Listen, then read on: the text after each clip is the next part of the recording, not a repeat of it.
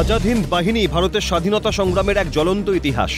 দুই বাঙালি রাসবিহারী বসু এবং সুভাষচন্দ্র বসুর হাত ধরে যে স্বপ্নের যাত্রা শুরু হয়েছিল, কালে কালে সেটা পরিণত হয়েছিল ব্রিটিশ সরকারের ত্রাসে।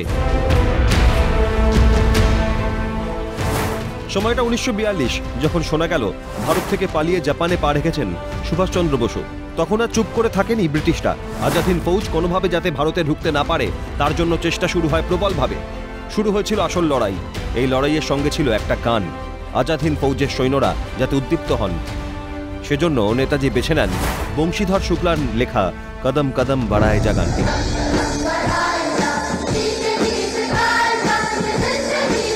নেতাজির নির্দেশে এই গানে সুর দেন রাম সিং ঠাকুরি। গানটি আজাদ হিন্দ ফৌজের মার্চ সং হয়ে থাকেনি, ইতিহাসের অংশ হয়ে গানটি ছড়িয়ে পড়ে ভারতের স্বাধীনতা সংগ্রামীদের মধ্যেও। পরাধীন ভারতের আকাশে সিঁদুরে মেঘ দেখতে পেয়েছিল ব্রিটিশরা। সেই গানের গায়ে সেটে দিয়েছিল দেশদ্রোহের তকমা। সেই গান এখন দেশাত্মবোধের প্রতীক। সেই সুর এখন শোনা যাচ্ছে প্রতিদিনের সেনা ও বিদেশ মন্ত্রকের সাংবাদিক সম্মেলনে।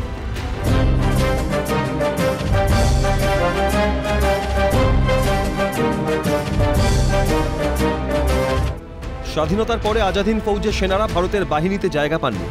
স্বাধীন ভারতের সরকারের থেকেও কি মিলেছিল যথাযথ সম্মান? আছে অনেক প্রশ্ন। অথচ সেই আজাদ হিন্দ বাহিনীর কুচকাওয়াজের গান কদম কদম বাড়ায় যা আজ ভারতীয় সেনাবাহিনীর অঙ্গ হয়ে গিয়েছে। ভারত পাক সাম্প্রতিক যুদ্ধ পরিস্থিতিতে এই সুর এখন শোনা যাচ্ছে প্রতিদিনের সেনা ও বিদেশ মন্ত্রকের সাংবাদিক সম্মেলনে।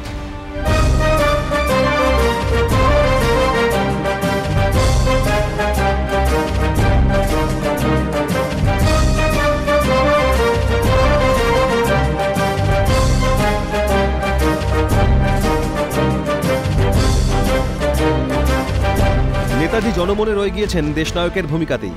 নেতাজির সঙ্গে কংগ্রেসের দূরত্ব নিয়ে অনেক বিতর্ক আছে। নেতাজিকে নিয়ে বিজেপির ভালোবাসা নিয়েও আছে অনেক চর্চা। তবে অমর জওয়ান জ্যোতি সরিয়ে দিল্লির ইন্ডিয়া গেটে নেতাজির মূর্তি বসেছে নরেন্দ্র মোদীর জামানায়। আন্দামান দ্বীপের নাম দেওয়া হয়েছে নেতাজির স্মৃতিতে। প্রধানমন্ত্রী নরেন্দ্র মোদীর ভাষণে নিয়মিত উল্লেখ থাকেন নেতাজির কথা। শুধু বিজেপিই নয়, তাঁদের মতাদর্শগত গুরু আরএসএসও এখন সামিল হন নেতাজি বন্দনায়। কিন্তু মতাদর্শগতভাবে বিজেপি আরএসএস থেকে শত যোজন দূরে ছিলেন বামপন্থী রাজনীতির সুভাষচন্দ্র বসু।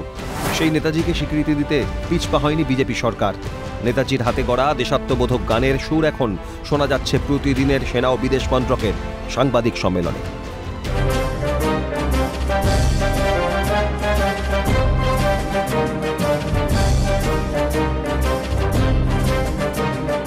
স্বাধীনতা লাভের পর থেকেই যে ভারতীয় সেনাবাহিনীর অঙ্গ হয়ে গিয়েছে আজাদ হিন্দ বাহিনীর এই গান। Bureau report, Calcutta news.